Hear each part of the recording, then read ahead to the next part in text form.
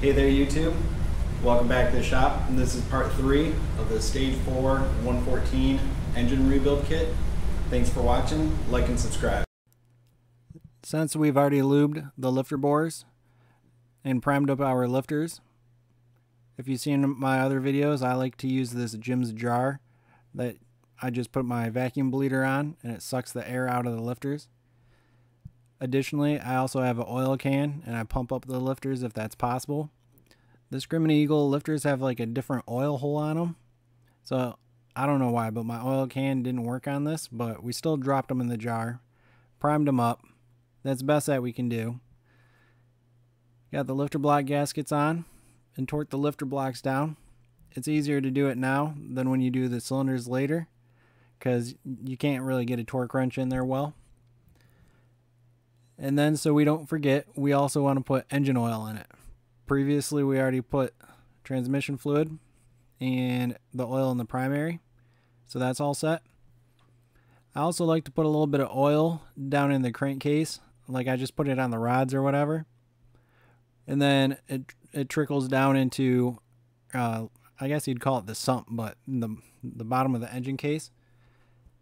I guess that just makes me feel good about the oil pump, the scavenge side of the oil pump, picking up that oil, so that side of the pump will be lubricated when we're rolling the engine over. And then I'm just cleaning up the cylinders. We're using new pistons on this setup, so we went through and I just had the cylinders lightly deglazed, but that still leaves, you know, crap in there from cutting the cylinder just ever so slightly. So I'm just going through, I'm doing a figure 8 type method. For my initial go through with the cylinders, I typically just use paper towel, and then a lot of times I go back through with a lint-free rag, but I'm just doing a figure 8 until that white paper towel comes out with fresh oil on it and no residual dirt. When I'm doing this, I like to wipe down the spigot of the cylinder, the part that slides down into the engine case too, because that's going to be in the engine, so you want that to be clean. And then I lay out the pistons the way that I like to assemble them in the cylinders, and then kind of push them out on the engine, and then push the wrist pin out and do all the ring compressing and have that all done and everything on the bench. So we're just going through, oiling the rings, orientating them the way I like to. I like using the heavy engine assembly lube on the wrist pin. I don't know why. That's just the way I do it. And then on the piston, I like using the heavy assembly lube, but it's like so thick that I cut it down with oil a lot of times. Like I'll put the thick stuff on, and then the engine oil seems to kind of just like I was saying, it makes it thinner. It cuts it down a little bit. And then this type of Stage 4 engine kit uses super light piston rings. So I just compress them with my thumbnail, slide them in the cylinders. I like doing it like this because it guarantees me in my mind that a ring or something didn't get caught on the bottom of the spigot and get damaged or bent, broken, whatever. But we're ready to go together. I've already cleaned up the mating surfaces of the engine case where the base gaskets are, and also the bottom of the cylinders so that they're free of oil or assembly lube or any of that. Typically, I put the wrist pin clip on the lifter block side first, like while it's on the bench, so then I can work from the primary side. But I was having a brain fart this day, and I did it backwards, and it makes it a little more difficult because you don't have as much room to work around the lifter blocks. So it is what it is. I already put the wrist pin clip in, so I'm just doing it backwards today.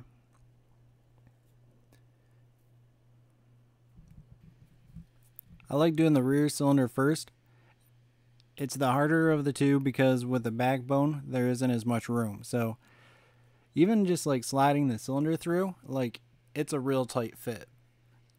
So I just like to get that one done, get it out of the way.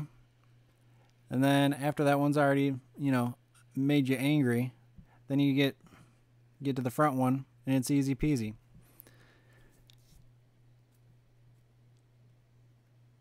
Just sliding it down, and then I'm using an old set of cylinder head bolts that I happen to find a bunch of spacers for, and I just like pressed them together on my press. And there's a little nylon bushing on the bottom. But I roll the engine over a few times, clean up the top of the pistons, and then also the gasket surface for the top of the piston or the top of the cylinder, and also the cylinder head, so that's all free of oil. Put the new head bolts in. With the new head bolts, they want a little bit of oil like down on the surface of the head bolt. So I already did that. I did it off view of camera. And then this stage 4 uses a special torque sequence that is recently revised from the motor company because it uses multi-layer steel head gaskets. So you torque them down,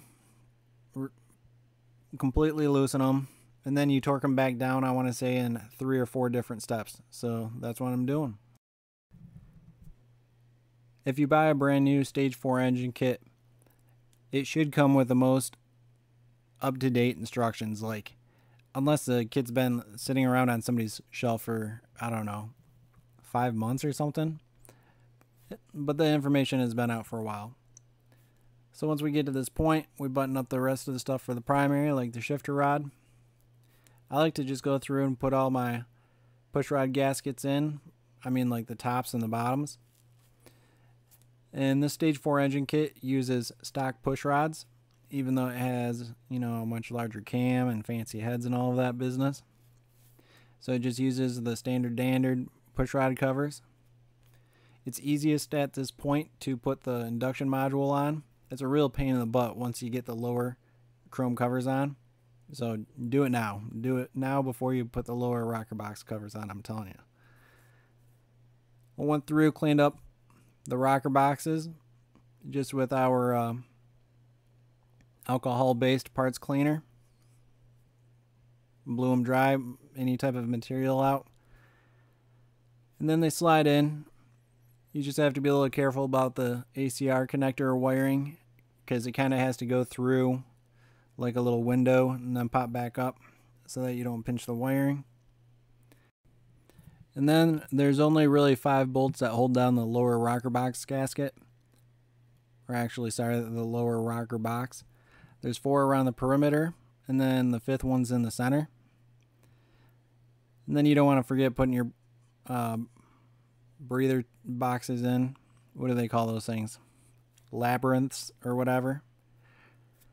And then we're just going to lube up the push rods. I just like to lube up both ends with the Screamin' Eagle assembly lube. Drop them down in there. And then we'll start putting the rest of the top end together. Let's get going.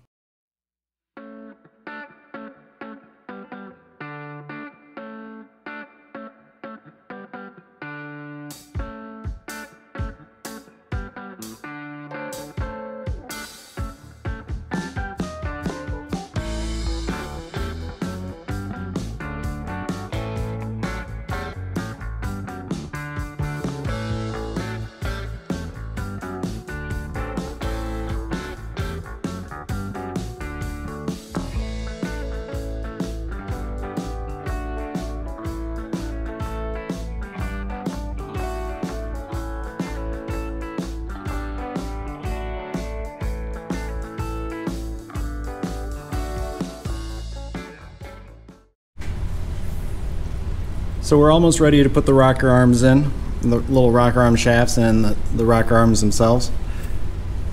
I like to put the Screamin' Eagle assembly lube up on the thrust surfaces of where they mount here on the cylinder head, and then also on the tips of the valve stems, just for good measure. And I'll also put it on the top of the push rods when we're ready. But before we put them in there, I'm going to go through and make sure that I squirt a bunch of fresh oil all over the stem of the valve stem so that it doesn't like overheat the valve seal and melt it or anything crazy like that. So we're just going to shoot some fresh oil up in there. just like this. And this is just the way I like to do it. If you've seen any of my other videos, I always do it like this.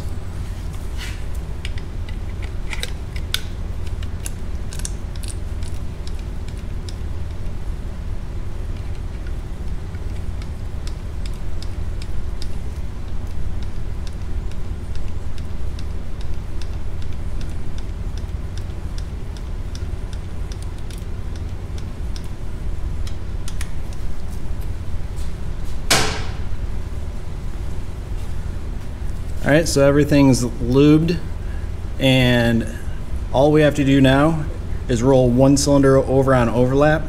That way we'll know that the other cylinder is on its base circle where the push rods are at their lowest point, and then we'll be able to install the rocker arms on that cylinder. So I have the spark plugs out of the motorcycle. It's in 6th gear, and I'm going to turn it over by hand with the rear wheel. And then in this type of setup, you'll have to use just a little bit of downward pressure to push the lifters down up against the cam lobe. And then we're going to feel for the exhaust valve to open and then almost shut right as the intake valve is opening. That will tell us that the cylinder that we're looking at is on overlap. And then, just based on the geometry of how this engine works, the other cylinder will be on its base circle. So let's take a look at that. It doesn't matter what cylinder you start on. I'm just gonna, just for no reason in particular, I'm gonna start on the front cylinder. So I have my fingers on the push rods. I'm turning the engine over. I just felt the exhaust valve open. Now it's closing and the intake valve is just slightly opening. So we'll go over here to its opposite cylinder. And again, we're just pushing the push rods down so that's pushing the lifters down up against the cam lobe. And that tells us that this cylinder is now on the base circle of the cam, so that when we're tightening down the rocker arms and everything, it's not trying to open the valves and then, you know, break something. So we're gonna get the rocker arm shafts in here. We're gonna wait for it to bleed down. We're gonna double check that it's bled down by moving the rocker arm back and forth and feeling the clearance in it. Once there's no upward pressure from the push rod, you'll be able to push the rocker arm assembly back and forth, and that will tell us that the lifter is fully bled down. And then we'll roll the engine over and check for overlap on this cylinder, and then make sure the front cylinder is on the base circle and reassemble that one. So let's get to assembling this cylinder.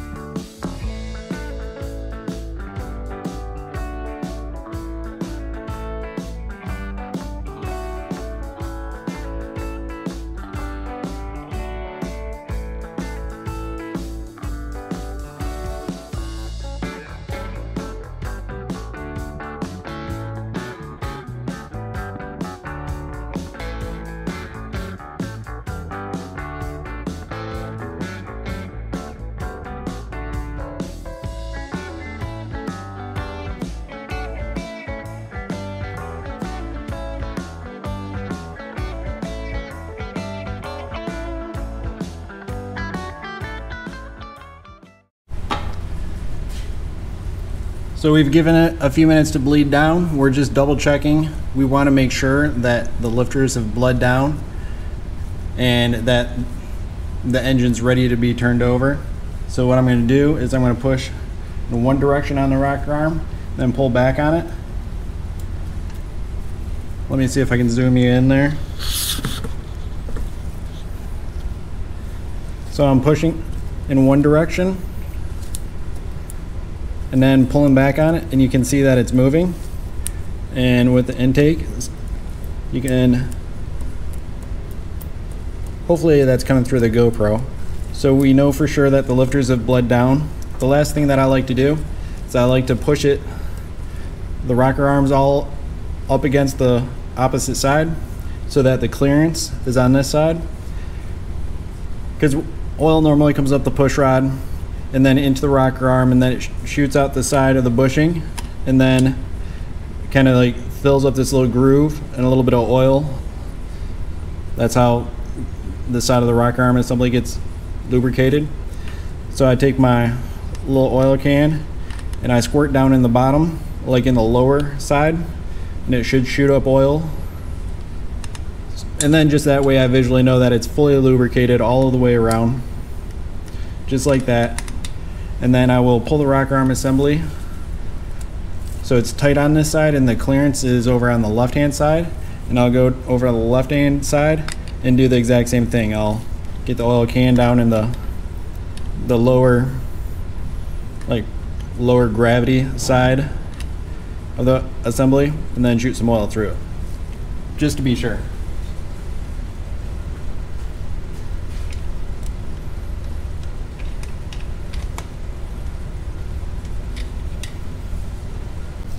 So everything's good and completed on the rear cylinder. With the rocker arm assembly fully installed, it's going to be easier to see what I'm talking about overlap. So now I'm going to use the rear wheel again to rotate the engine, and we'll see the rear exhaust valve open and then almost fully close, and then the intake valve is going to open at the exact same time. So now I'm rotating the engine by hand.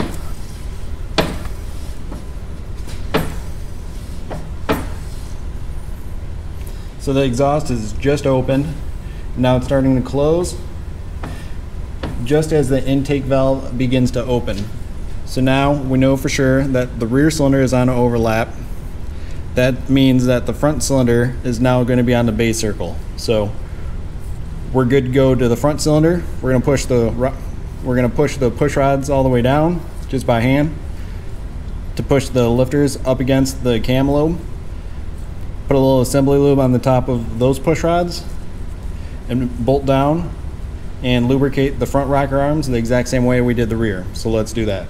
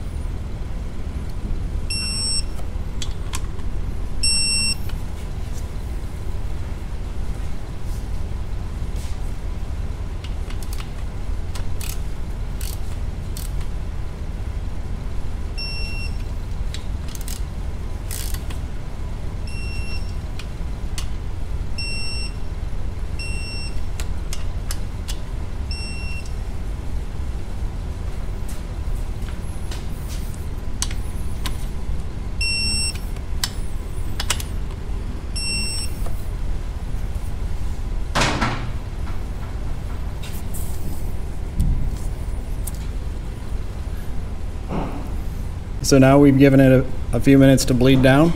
We're going to double check that the lifters have actually bled down by again moving the rocker arm assembly back and forth.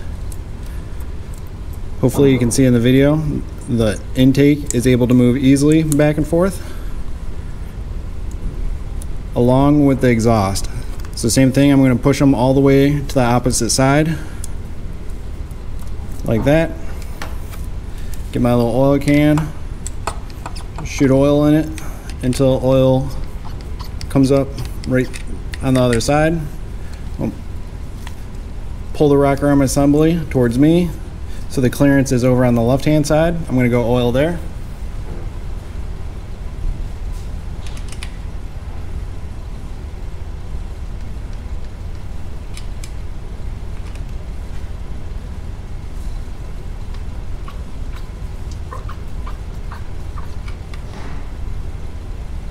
So everything looks good with the engine. I'm going to spin it over by hand just a couple times with the rear wheel, just to make sure nothing crazy is going on. That's just always, you know, you want to double check to make sure that everything is cool. You don't want to let the starter motor bog down and let that tell you that you have something messed up. So we're going to roll it over by hand a couple times, make sure everything is good and moving as it should. And then I'm going to use a jumper wire across the starter terminal. And then I like to leave the rocker boxes off like this and then watch for oil to come up out of the top of the rocker arms. So I'm going to move you to the other side of the bike and let's take a look at that. All right, it's going to take a little while for oil pressure to build up to the very top end. Since everything's fresh, like the oil pump, cam plate, filter, we filled, you know, pre-filled with a little bit of oil. But it's still, you know, it's going to take time for oil pressure to build up and start flowing out of the highest point, which is the rocker arm assembly. I like to use a jumper wire across the starter because the ECM and the BCM don't like when you have all these electronics unplugged. So that's where I shortcut it. But let's plug that test wire in and watch everything roll over and watch for some oil to come out the top.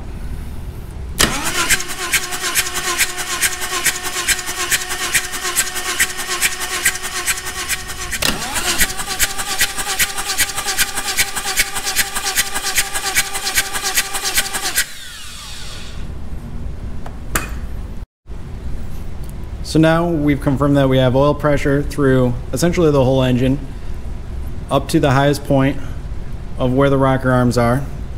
Everything's torqued, everything's lubed, everything's good to go. So I'm just going to speed back up, put the top rocker box cover gaskets on, and then do the coolant manifold. And then I'm going to go to the other side, put the exhaust system on and the air cleaner, but that's all pretty straightforward stuff. So let's speed through that and get this thing together and get it out of here.